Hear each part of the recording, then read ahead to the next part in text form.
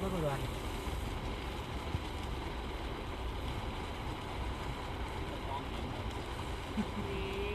เล่นน้ำไปยินนี่เอา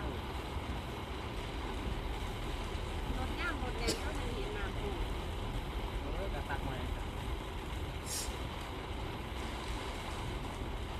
เรียกผมคืออะไรก็มันดึง เออเรียกผมคือ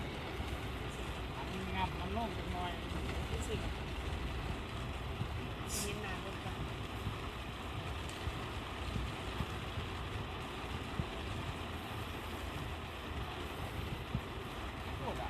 รถแล่นน้ำเป็นพัก อย่างมอเตอร์ไซค์อย่างมอเตอร์ไซค์ป่ะคนเขาในห้องหลอกเมืองแล้วก็แล้วนะ ออกไปที่ไหน แล้วท่วมเลิกกว่านั้นอีก ห่วย พุ่งว่าเต้น อ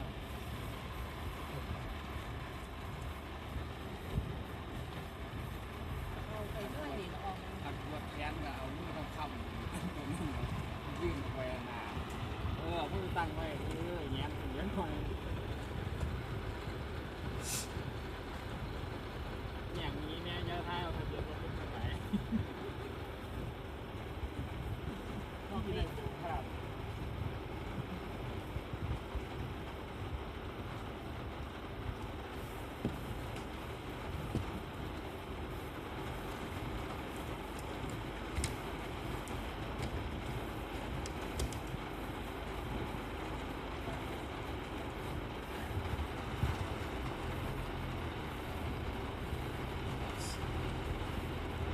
ไปได้ป่ะนะเดี๋ยวไปได้ป่ะ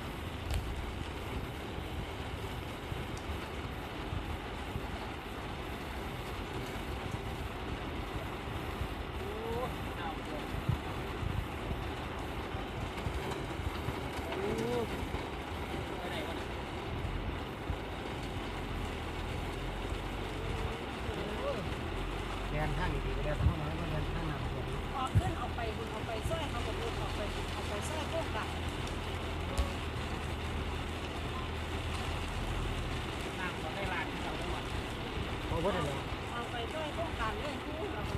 เอาไปดีเลยก็ได้เนาะ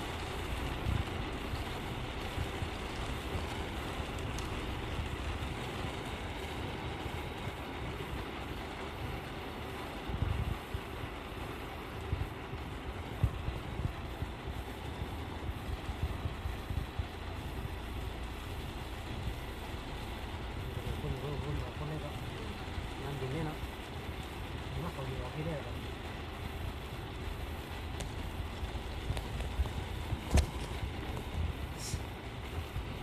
งานสิแล้วเขาบุกกับลุม